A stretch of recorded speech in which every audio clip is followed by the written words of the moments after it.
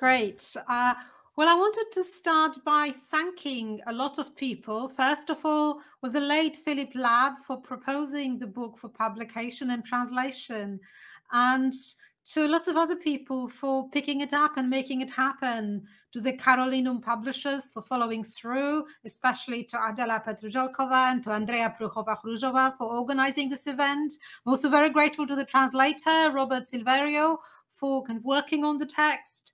I'm very honored to have my book available in Czech, which is a kin language, which is very dear to my heart and ear. I live and work in the UK, but Polish is my mother tongue. I grew up in Wrocław, which is 4 hours away from Prague. So it's a great honor and a great pleasure to have this publication available in the Czech language. The original book came out in English in 2017.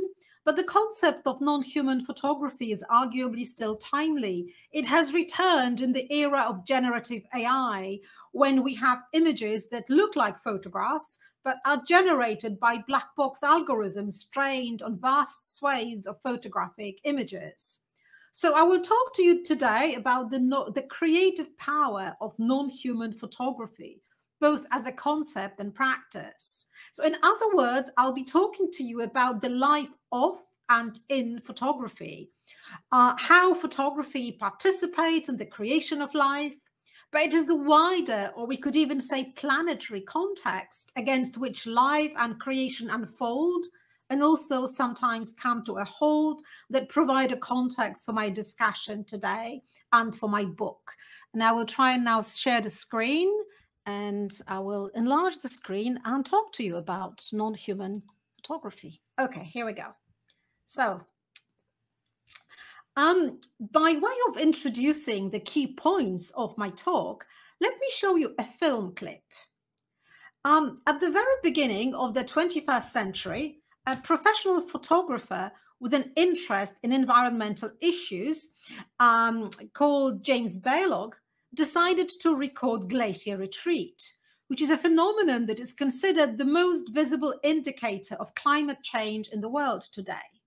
To realize his project, Balog invested in a number of Nikon DSLR cameras, which he subsequently customized with microcomputers in order to enable them to capture images over a period of several years in different weather conditions. The cameras were then installed in high-resistance cases and soldered onto rocks. Exposed to extremely harsh weather in Iceland, Alaska, and the Arctic, these cameras recorded for years on end the transformations of the geo and hydrosphere. On retrieving them, Balog uploaded the data from the cameras on his computer and then edited the still images into time-lapse videos that illustrated the progressive ice loss from glaciers. Subsequently developed into the award-winning documentary called Chasing Ice, the project has been promoted worldwide via a series of events under the umbrella of the Anthropocene, which is the present time interval going back to at least the times of the Industrial Revolution, in which the human has been recognized as a geological agent who has had irreversible impact upon the world. Now, why am I talking about this? Because Balog's film encapsulates all the key issues I'm concerned with in my non-human photography book. On the one hand, it's the production of process which involved in shooting the multi-year collection of images of glaciers from high vantage points in extreme weather conditions. And this situation, this event, signals that today, in the age of CCTV, drone media, photogrammetry, and satellite imaging, photography is increasingly decoupled from human agency and human vision. And now obviously we can say that this is even more exacerbated in the era of generative AI, where a lot of image-making machines have been trained on photographs, and yet they are seemingly producing images by themselves. Yet for me, even these images, early images that are produced by the human, artist or amateur, entail a non-human mechanical element. By this, I mean that all photographs involve the execution of technical and cultural algorithms that shape our image-making decisions and as well as our viewing practices. On the other hand, the story about the glaciers I've just shown you demonstrates how photography today is increasingly mobilized to document the precariousness of the human habitat, and also how through advertising, campaign posters, Instagram, you can think about campaigns and movements such as Extinction Rebellion, photography is tasked with helping us imagine a better tomorrow and a better life for ourselves. So it's in its conjoined human, non-human agency and vision that photography functions as both a form of control and a life-shaping force. By the way, I have to say I'm kind of suspicious of such posters and images of, like a polar bear on melting bit of ice and, their ability to supposedly change behaviors. I don't think they do very much. I think we've become a little bit immune to such images. But anyway, all-encompassing in the workings of traffic control cameras, smartphones, and Google Earth, photography can be described as a technology of life. It not only represents life, but also shapes life and regulates it while documenting or even envisaging its demise. Thanks to its proliferation of digital and portable media, as well as broadband connectivity, photography has become pervasive and ubiquitous today. We could go so far as to say that our very sense of existence is shaped by photography. In the words of Susan Sontag, to live is to be photographed. But you don't need Sontag for this. You can ask any teenager with a mobile camera. This altered role and agency of the photographic medium calls for a new understanding of photography, I suggest, beyond its traditional humanist frameworks and perceptions. So the notion of non-human photography analyzes the new ontological and political conjuncture, as well as possible ways of negotiating it, while also refusing to submit to the conventional human versus machine narrative. Now, there are good reasons why a new conceptual framework for understanding photography as part of a wider media context may be needed.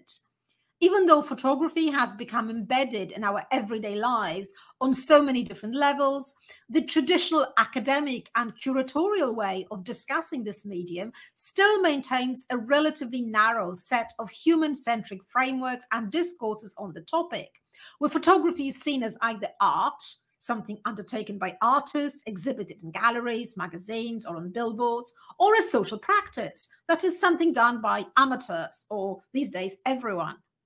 My project of non-human photography adopts a different framework, that of post-humanist media theory.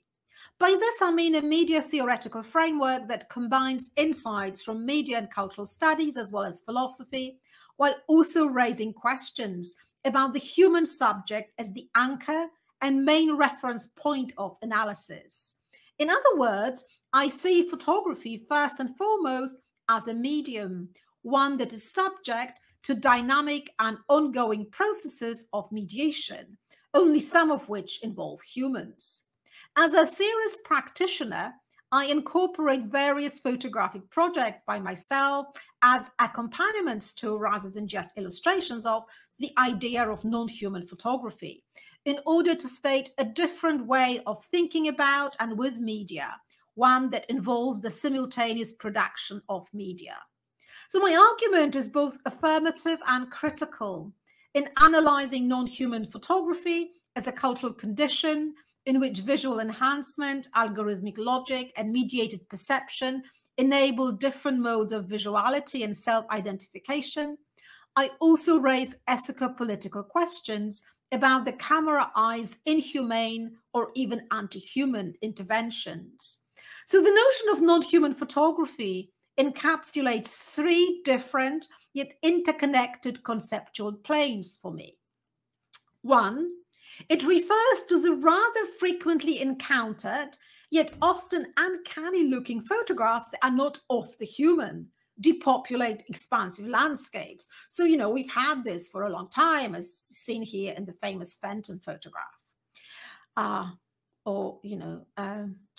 this is my own kind of project done with a kind of Google Street View, where I visited Park Roads in Britain. Park Road is the most famous street name in the UK. So the kind of photography which is not of the human, photography that is not by the human, as this project indicates. Contemporary high-tech images, but also outcomes, sorry, but something is... okay. Also outcomes of images produced through imprinting, for example, fossils. So deep impressioning processes or unfolding across time. Now, you might be wondering in what way is a fossil a photograph? We'll come back to this point, but I'm kind of interested in the historically opening up this idea of photography, going beyond its kind of early 19th century origins and moving back to the early past, thinking about the process of fixing images in other media. And then third, we've got photographs which are not of the human, not by the human, photographs that are not for the human, from QR codes and other algorithmic modes of machine communication that rely on photographic technology, through to perhaps still rather cryptic sounding idea of photography after the human. And I'll come back to that second point. Now, the link between photography and the Anthropocene, and more broadly between photography, biology, and geology, I suggest, highlights the interweaving of matter, of a materiality of chemistry, minerals, fossils, fuels, and the sun, but also us humans with this particular medium. So where does all these ideas come from about the non-human and kind of, going back, looking at photography in the geological frame?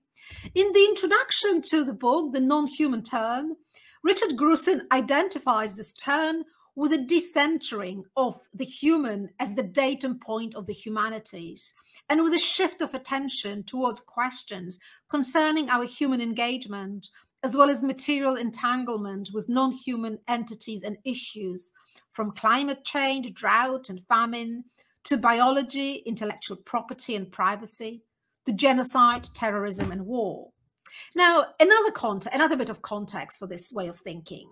Elizabeth Ellsworth and Jamie Cruz, designers, writers, artists, have recently postulated something called the geological turn. So we've got non-human turn, geological turn. By this, they mean an increasingly widespread turn towards matters of geology as a source of explanation and inspiration for cultural responses to conditions of the present moment.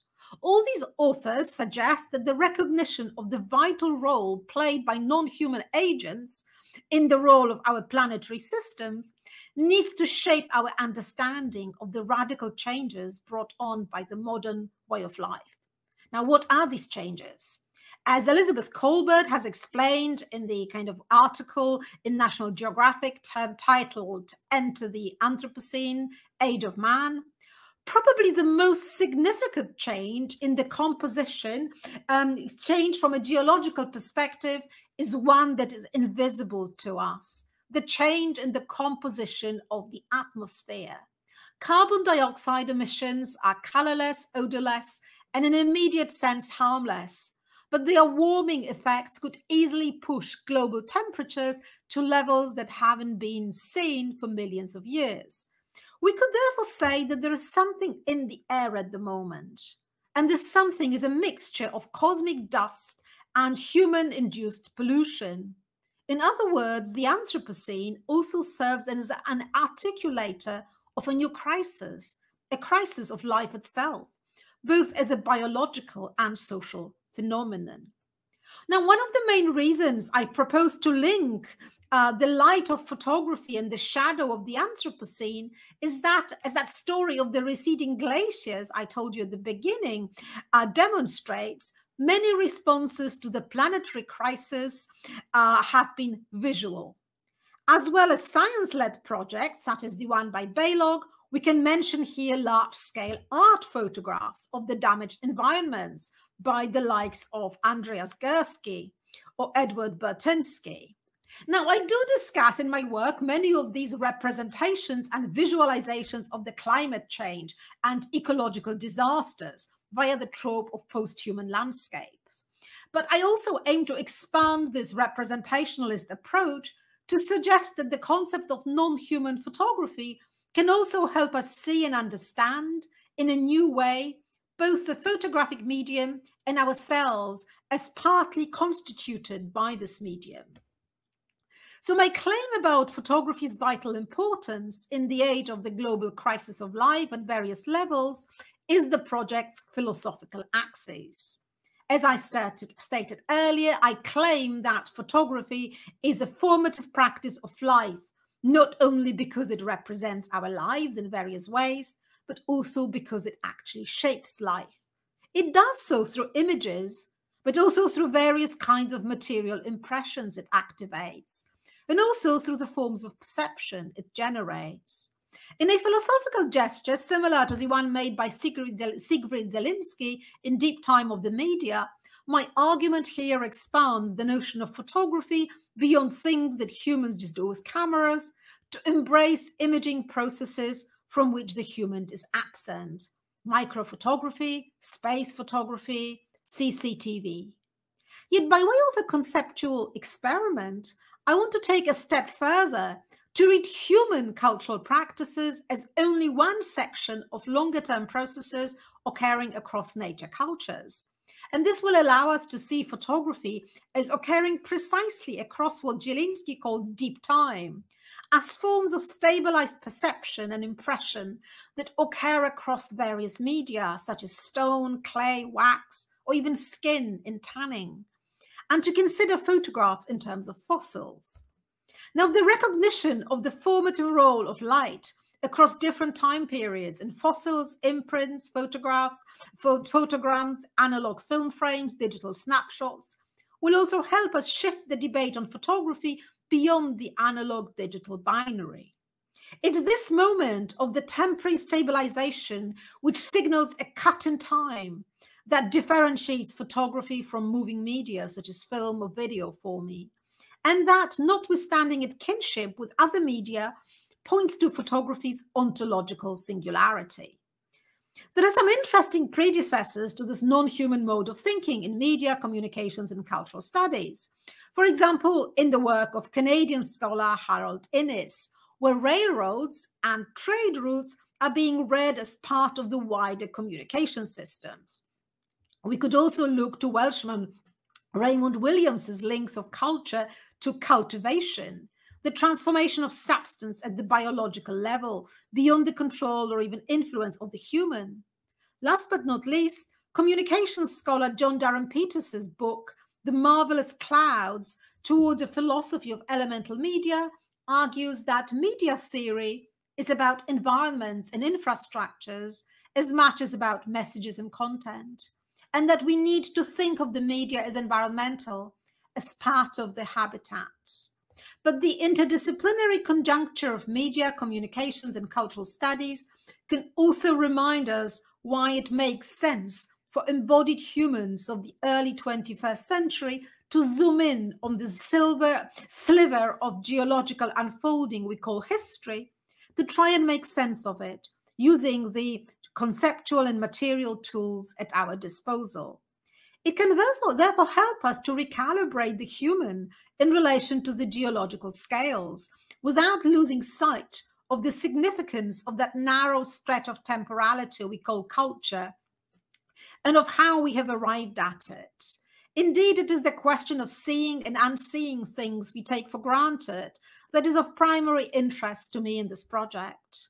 So I offer the notion of non-human vision as an alternative vantage point from which to understand ourselves and what we understand the world in all its non-human entanglements.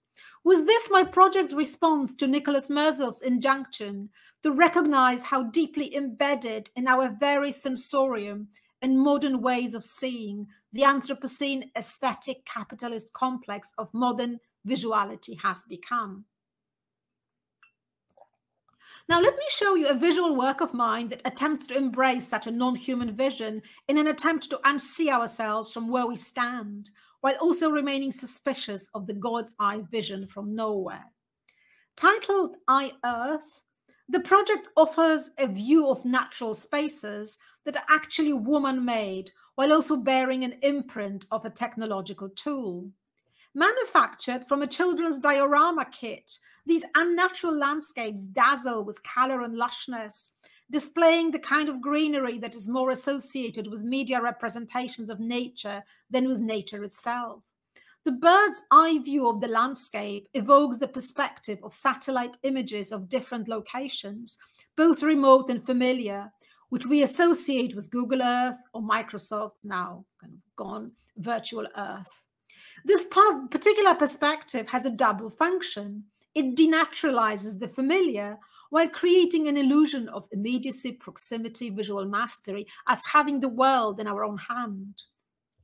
Now, the now you see it, now you don't aspect introduced by the pixelation and GIF animation in my project, coupled with what may look like excessive acceleration or even computer error, is aimed to push the viewer to engage with these images physically through squinted eyes, or even just like turn away saying, please stop, too much. The aesthetics of Earth issues an injunction. The viewer has to become actively involved in the process of seeing by moving their head, blinking, or even looking away from the dizziness of the pseudo-sublime, one we can associate with the oft frustrating and jaggy visuality of the early internet. The homonymy between the I and Earth is a commentary on our practices of looking at the world, but also on our narcissism when engaging with it. The brand-like title is to remind us that nature has become a commodity, a product we fetishize and yearn for. Just like Vertov's Kino Eye, Earth foregrounds the technical process of the production of the world through biological and photographic vision. Through this, it can perhaps help us look at the Earth and ourselves on this Earth with a different eye. Seeing our planet from afar has by now become a familiar device for creating an illusion of unity or globalization. We can think here of two iconic images, the 1968 Earthrise and 1972 Blue Marble. In his illuminating article, Earth Imaging, Chris Russell explains how these two photographs were implemented by Stuart Brand, publisher of the Whole Earth catalogue, a countercultural magazine come product review, manifesting a very unique West Coast environmentalism and entrepreneurship, to conjure up a particular image of both present and future. Brand's incorporation of the two images into his publication was aimed at creating a collective vision of humanity, while also allowing this humanity to see itself from outside, a vision which was intended to evoke a sense of responsibility for this delicate jewel in vast immensities of hard vacuum space. Suddenly, humans had a planet to tend to, declared Brand. Russell is particularly intrigued by the visual mechanisms involved in conveying this message, arguing that Brand rooted Earth imaging in a narrow history dominated by the episodic adventures of the space exploration paradigm. He goes on to show that this view from above that is supposed to establish a commonality actually ends up being what I term, with some help from Donna Haraway, a view from nowhere. Indeed, not a single astronaut on Apollo 17, from whom the image originated, did actually see the Earth as depicted in the Blue Marble, as they were unable to position their bodies close enough to the window to look out. The images were just captured from the hip. More interestingly, they all subsequently claimed individual authorship of that image. There was also, perhaps unsurprisingly, a lot of technical manipulation involved in the production of the two photographs. On receiving the raw data from the space cameras, the image processors at NASA labs adjusted and reoriented the copies obtained. They also chose the color scheme to align with cultural expectations for popular consumption. So while the evenly lit Earth in the Blue Marble is the result of the adjustment of lights and shadows as well as tight cropping, Earthrise as we know it has been shifted from a portrait to a landscape orientation in order to create an illusion of the Earth rising over the moon, with a view to subjugating the non-human eye of the space camera to the visual mastery of the human. The rationale behind these manipulations, as argued by Russell, was to repress the strangeness and difficulty in seeing the Earth, a shift that was supposed to help promote the environmental agenda. Even though we can't actually see environmental damage or climate change, to really see them, we would need to capture electromagnetic radiation, which is illegible to the human, or map the rise in ocean temperatures over a prolonged period of time, and then translate the data streams obtained into diagrams, graphs, other visualizations. Images like these constitute the Earth as a graspable object, while issuing a veiled threat of it being taken away from us. Now, another image, the pixel image of the Earth included in Al Gore's consciousness-raising documentary An Inconvenient Truth, and adopted from astronomer Carl Sagan's pale blue dot, visualization of our planet as an insignificant blurry square captured by Voyager 1 from the distance of 6 billion kilometers is a case in point. Even though, through its non-representational aspect, it seemingly stands in contrast to the two photographs discussed above. Here we've got the Earth as a tiny dot. Before we had something that we recognize as the planet Earth. But as Russell highlights, the whole Earth fills most of the frame and suggests the priority of the global in understanding our earthly conditions. Sagan's dot, on the other hand, hints at a cosmic zoom by adopting a perspective of an interstellar machine probe. Yet the fantasy of the human grasp of the object, be it in the Earth or climate change, is manifested both by the photos and the pixel, reduced in scale to allow us to see this it and take control. All three images adopt non-human vision only as an attempt at visual mastery, thus repressing the strangeness of what is being perceived, while reducing what is being perceived to an object of perception, but also possession, manipulation, and human-charged salvation. Yet what the actual standpoint for this salvation is and how we should go about embarking upon it is unknown. In images like this, reduced to our human scale and viewpoint, the human ends up enlarging himself as the occupier and owner of the actual non-ironic I Earth. The proto-Anthropocene sensibility is therefore already reduced to a belief, as Nicholas Merzov suggests, that somehow the war against nature that Western society has been waging for centuries is not only right, it's beautiful and it can be won. Because at the end of the day, we can hold the Earth in our hand or shrink it to a pale blue dot. The somewhat excessive pixelation of my ironic I Earth can therefore perhaps be an invitation to look otherwise, not from close up or far away, but rather from askew. It can also signal an attempt to recut and reframe Al Gore's pixel as family portrait, to use Russell's apt phrase, in non-humanist terms, in order to open up a less masterful and less self-aggrandizing visuality of the Anthropocene, with its unequal distribution of lights and shadows. Now, but this I Earth project and its more serious visual predecessors are not meant to serve as direct illustrations of the concept of non-human photography I'm presenting to you today. But they do lead us to a wider problematic of human-non-human relations, raising at the same time the political-ethical question about our human responsibility in the world in which the agency of the majority of actants, such as wind, meteorite, rain, earthquake, goes beyond that of human decision or will, even if it may be influenced by human action.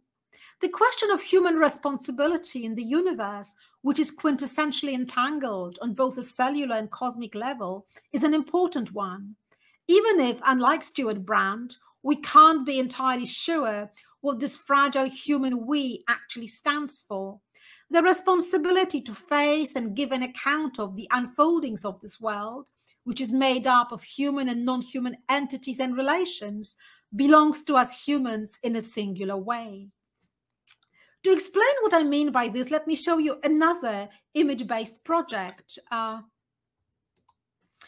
In the summer of 2016, a news item caught my eye, reporting the discovery of an extensive pre-industrial urban settlement in Cambodia that exceeded the familiar boundaries of the Angkor Wat temple complex.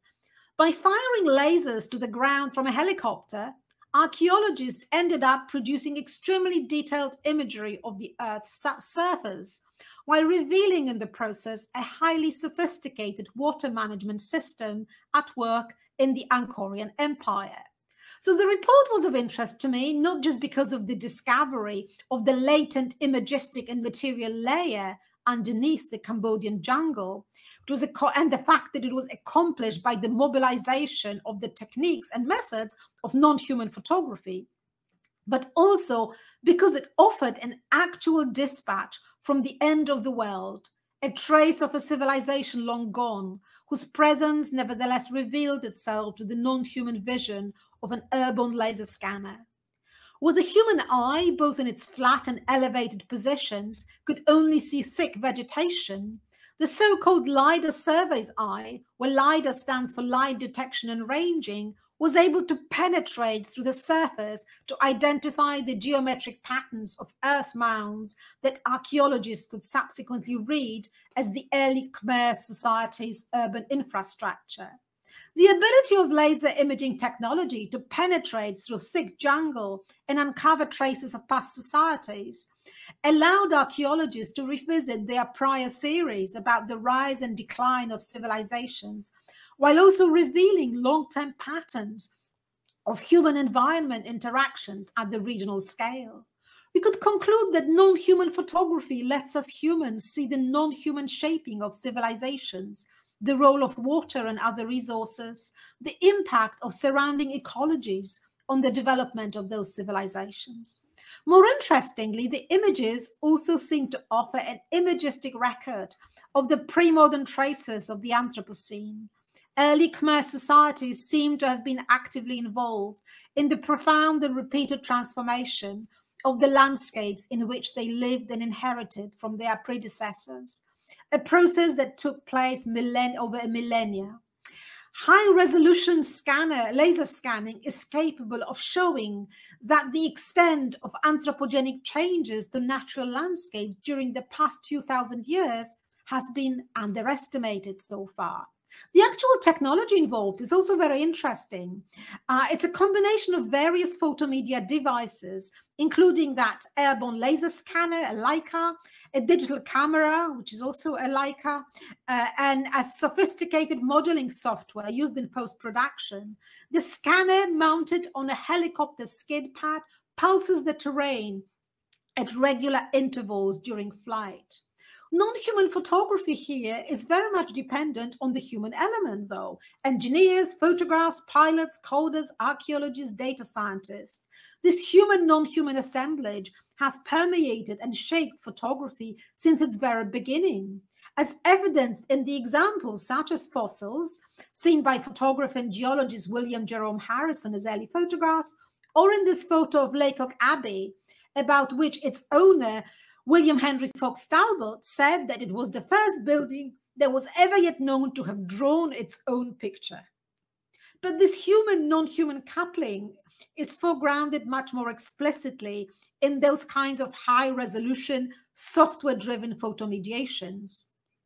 In the LiDAR process, laser scanning technology that emits light comes together with photography that captures that light to create a new field called photogrammetry, a science of making measurements from photographs. As well as involving the capture of light reflected from various surfaces, this technology entails 3D modeling on the basis of the data acquired from the laser and the camera. Transcending in its mode of operation the analog-digital binary, the LiDAR survey raises an important question. Are we still dealing with photography here? Or have we arrived what should rather be called post-photography? Now, the concept of post-photography has made an appearance in recent years in an attempt to capture the transformation of the medium in the age of the internet and mobile phone, and now obviously the kind of generative AI. We can mention here the catalogue book published on the occasion of the post-photography exhibition at Rencontre d'Arles in 2013, or the 2014 photo book Post-Photography, The Artist with a Camera by journalist Robert Shaw, which has gathered the work of artists working with photography but without taking photographs. So Shaw's artists are meta photographers who can make sense of the billions of images being made. Yet rather than follow any such straightforward shift from photography to post-photography, I'm more inclined to side with Edgar Gomez Cruz, who, while remaining aware of the radical changes that photographic medium and its context are undergoing, nevertheless favors an expansion of the definition of photography and not its overcoming. So for Gomez Cruz and for myself, I think we should stick with the term photography, for better or worse. For Gomez Cruz, it makes sense to retain a continuity with the photographic medium's earlier incarnations, provided we are prepared to challenge the rather limiting representationalist understanding of photography and focus instead on its creative, interfacial role in both making marks and establishing connections. By understanding photography as an assemblage of surface-marking technologies, we move away from a semiotic or indexical understanding of images and could increasingly relate everyday photography with other kinds of image processes, for example, scientific imagery, he suggests. The rethinking of photography in algorithmic and computational terms in the early 21st century invites us to see the photographic image as, first of all, a node in the networked sequence of human, non-human processes of connection, identification, translation, and invention. However, if we are prepared to accept that photography since its early days has been both inventive and non-human, with the first image in the history of photography, Niepce's Le Gras, having taken 8 hours to be made and therefore presenting a non-human view because no human could have seen things, shadows on both sides of the building, as we can see here, then the current developments merely foreground its original non-human entanglement, the original non-human entanglement of photography, to be seen in fossils, analog snapshots, and LiDAR-produced photomaps. The algorithm, computer, and network-based photography merely intensifies this non-human condition that has been in photography since its beginnings, or even its pre-beginnings, if you look at fossils or tanning, while also opening up some new questions and new possibilities. Okay, so I'm going to wrap up now slowly.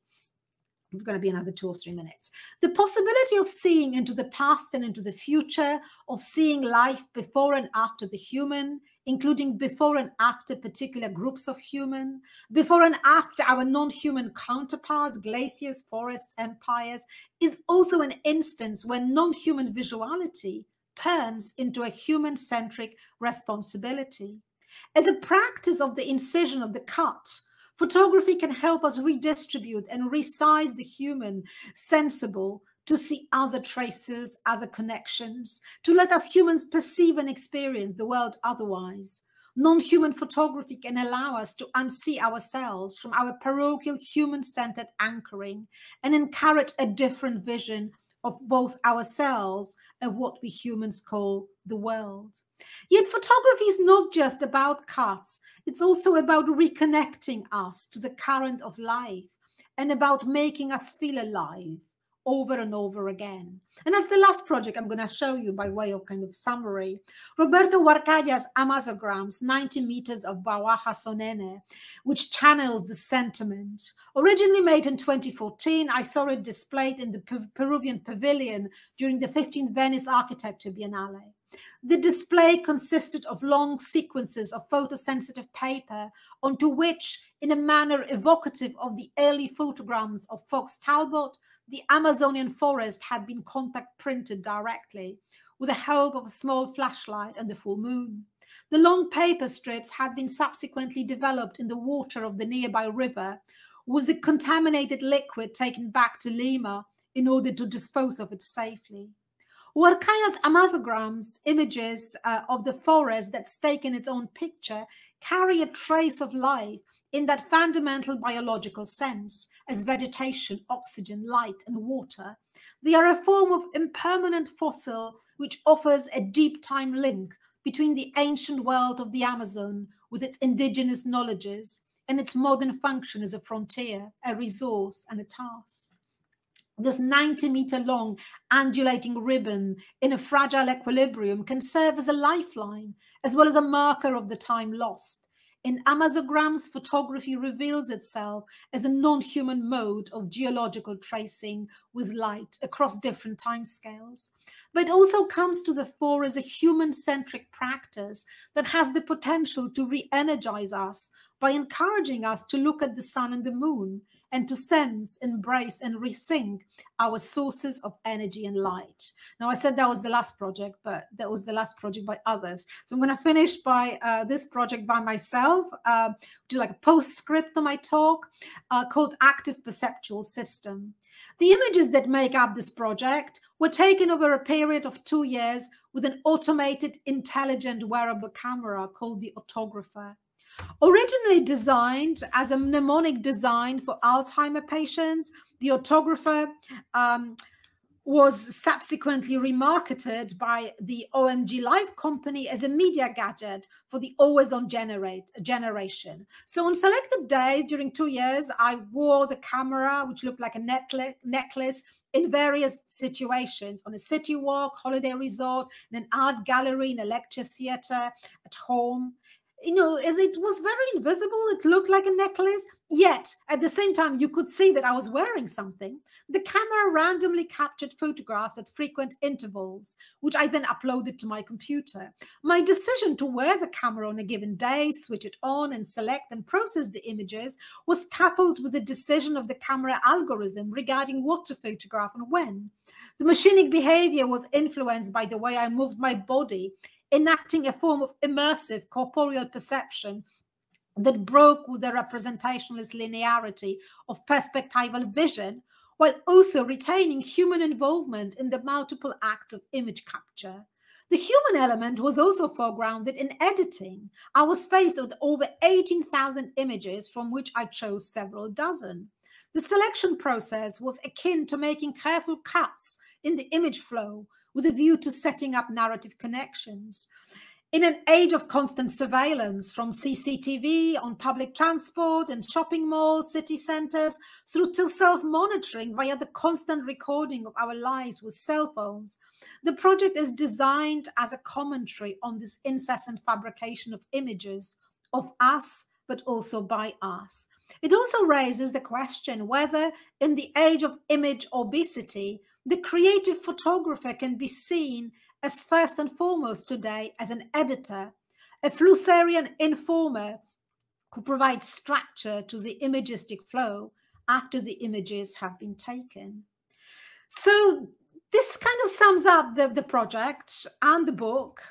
There is a follow-up to this book called The Perception Machine, which will be coming out only in English, maybe one day in Czech, in November from the MIT Press as well. It's going to be freely available, this book, open access, thanks to the MIT Press. So once you are done with non-human photography, you can have a look at The Perception Machine, which follows some of the ideas. And there is a website. The book is available, I understand. And thank you so much to the designers for the beautiful cover, once again, to the translator. And there is a website that accompanies it with some videos, nonhuman.photography. And I also use Instagram as my kind of think pad, reference point, where I throw lots of ideas around photography and imaging and other things. And I'll stop showing the screen, and I hope it's still all happening. Okay. So I would like to thank you for delivering the lecture. Everything was technically perfect here. So actually I enjoyed all the images, moving ones as well. And now I would like to use this moment of your virtual presence here to collect some questions. So we can kind of have a follow-up on the lecture, and at least for now to have this virtual dialogue. And before anyone else will take his or her action, so I would like to ask first question. I would like to ask you, based on presenting as many of your own creative projects and also emphasizing in your biography your creative work. So I would like to ask you how this existence in your existence in these two roles of being a thinker and a practitioner. What is the dynamics between these two roles, and how actually this thinking through making or thinking through doing is helping for you to articulate your thoughts? Thank you. Can you hear me okay? Yes, thank you. Sorry, I switched microphones now, but okay. So I came to kind of photographic practice. Well, I've always been taking photographs. I'd always loved photography. I was interested, but I did it like a little bit on the side. But I originally trained in the humanities, in philosophy and literature. And it's only when already being an academic, working at Goldsmiths, which is quite a well-known kind of creative art school, creative place in the UK, my previous job before I came to King's. So I went to study photography, a master's in photography, a practice-based master's at the University of Westminster, which was a very established program. And I kept it quiet, so it was a little secret. I didn't tell anyone I was doing this degree. I didn't tell anyone at work, at my institution. And I thought, well, let me just try and see. So I did this master's. And I thought, well, let's just still keep the two separate. But obviously, lo and behold, everything started getting confused. So my philosophical writings have changed. They've become mobilized to incorporate a different visuality, even into words. But also my photography has also changed. I've allowed myself, against my better judgment, to encounter images and text on page and as part of the same kind of creative space. And I think ever since I've been both producing work, visual work, not just photographs. I kind of make all sorts of visual work. Now I work with video, I work with image generators, but with photography always as this kind of reference point. And I also still write, you know, kind of form of media philosophy. And I don't always do them together, but they are always in some kind of conversation. So that's my trajectory. Thank you for the answer. So now there is a space for the audience. If anyone would like to ask Joanna directly, I think it's a special chance to use it. So are there any questions? Mm-hmm.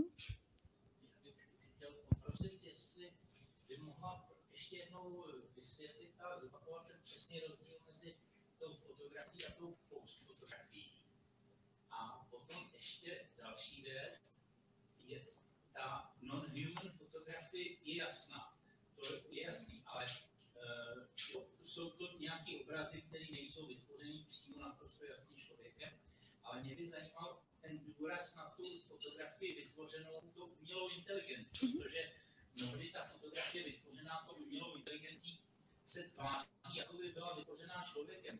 Jeden člověk by si dávno dal do nějaký soutěže fotku a pak se přiznal, vyhrál, a pak se přiznal, že tedy byla vytvořená umělou inteligencí. To znamená aspekt na tu umělou inteligenci. Dobře, tak jestli mi dovolíte, vzhledem k tomu, že máme nějaký omezený čas, tak já bych vybrala vaši druhou otázku a o té první si pak můžeme spolu popovídat. Děkuji. So there is a question about if you can more elaborate actually about the human photography nowadays in relation to AI development, as actually the AI you've mentioned, those generative imagery. So actually nowadays there was a given example of a member in the audience who said actually that we can also encounter those images who actually can be conceptualized and then also conceived as human created or human taken pictures, and now we actually came from the AI originally. So how you conceptualize the notion of non-human photography in context of the development of AI? Yeah, so that's very interestingly, a lot of images generated seemingly from scratch or made by themselves, you know, through the likes of DALL-E 2 or Midjourney or Stable Diffusion, you know, using models which had been trained on vast swathes of photographic images.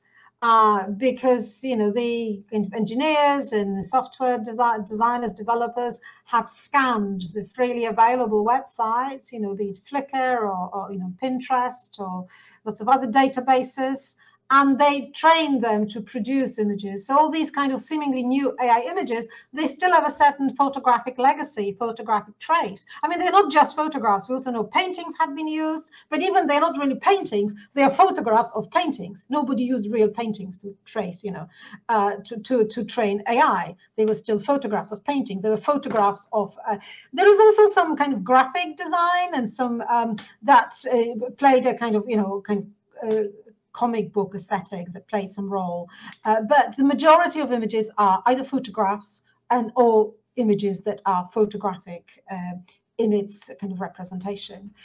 So I think in some sense we are again having almost a double decoupling. I tried to show in non-human photography that photography has always been non-human. There's been this non-human dimension to it. It didn't just occur with, you know, digital photography or LiDAR or photogrammetry or you know, or CCTV cameras where images were just, you know, decoupled from humans. So that's been like this for a long time. But obviously something changes with the different historical technical moments, and something equally changed with the you know, AI models, that there is a different intensity, there is a further decoupling that happens, there is a further forgetting, if you like, of the photographic legacy. There is a further loss of context. You know, when you think, for example, I was rereading John Berger today, you know, British Marxist critic of, you know, author of Ways of Seeing and other texts on photography, thinking about the problem. He was saying, well, the problem with photography, and he was writing in the 70s and and the 80s, that we are losing the context, that all these images proliferate, but, you know, what do they mean? What do they mean for us? And you could ask the same question today with renewed intensity. We are losing the context, but this context is still there. These photographs are contextual. They appear somewhere. It's just this context is severed. They are being labeled, mislabeled very often, leading not just to bias, but all sorts of forms of injustice. So I think there is another modulation of this kind of form of non-human photography in those images seemingly generated outside humans, which we know is not the case. But again, to plug the second part of the book, The Perception Machine, whose subtitle is Our Photographic Future Between the Eye and AI, which again is a follow-up that's going to be out in November. So hopefully, and there is a dialogue between the two books there. Thank you for the recommendation. We will definitely go through the book. It's amazing that it's an open access, so thank you for that. This is how things should be. So now the space for at least like 2 questions. I think that we would have a time for them. Is there any?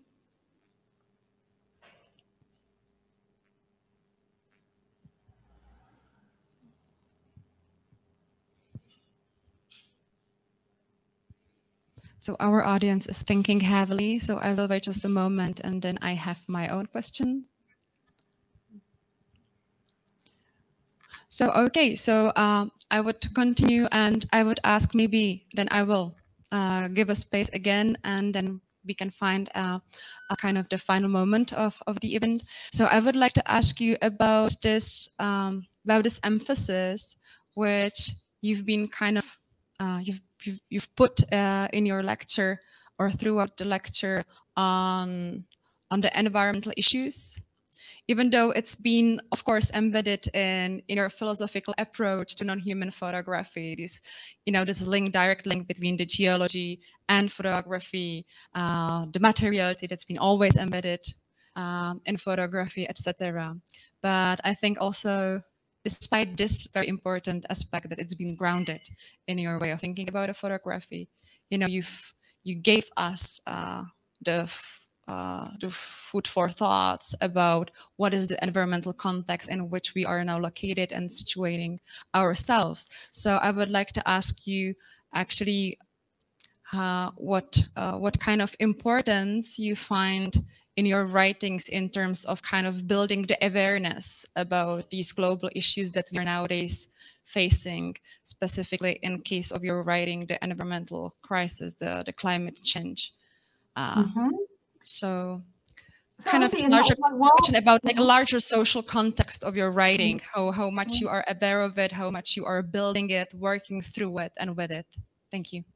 So I think in my work, and I haven't always written about photography, I write about images quite a lot now, but I've also done some work around, you know, I've always been interested in what you could describe as the constitution of life and the fragility of life. And fragility of life across different levels. So constitution of life, on human, non-human life, the entanglement of human and non-human life, and the way.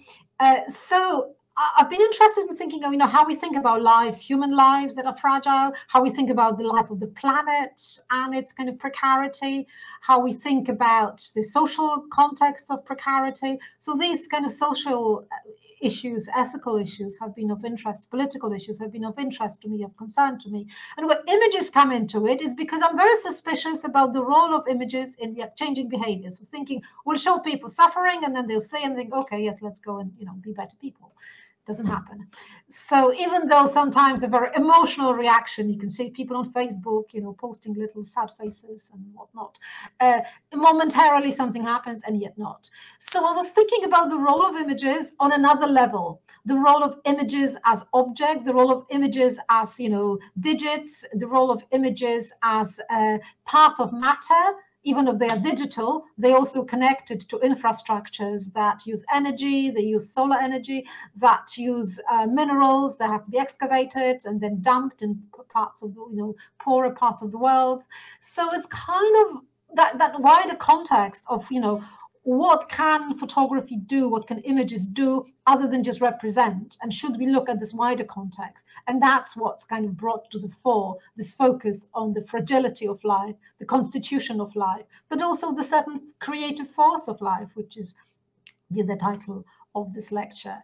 And that's what I've been trying to explore with images. Normally philosophers explore these things through words, through writings. And I think for me, that has also images become a way of also thinking otherwise. So again, images are not just illustrations, but as a practice of having a different sensibility. And obviously philosophy and photography, they've got different affordances. But, I work a lot with artists. I work with a lot of people for whom writing is not their primary medium, who might not be good writers, might not be interested in writing, but who've got amazing ability to articulate things about the world through images, through creative practice. And that I've learned as well through working in a creative context, going to an art school, working with others, seeing, okay, this could be primary medium as well for some, to speak about the world, about fragility of the world and about its creative potential by looking at other media, and not just the kind of exegetic argument that academics make.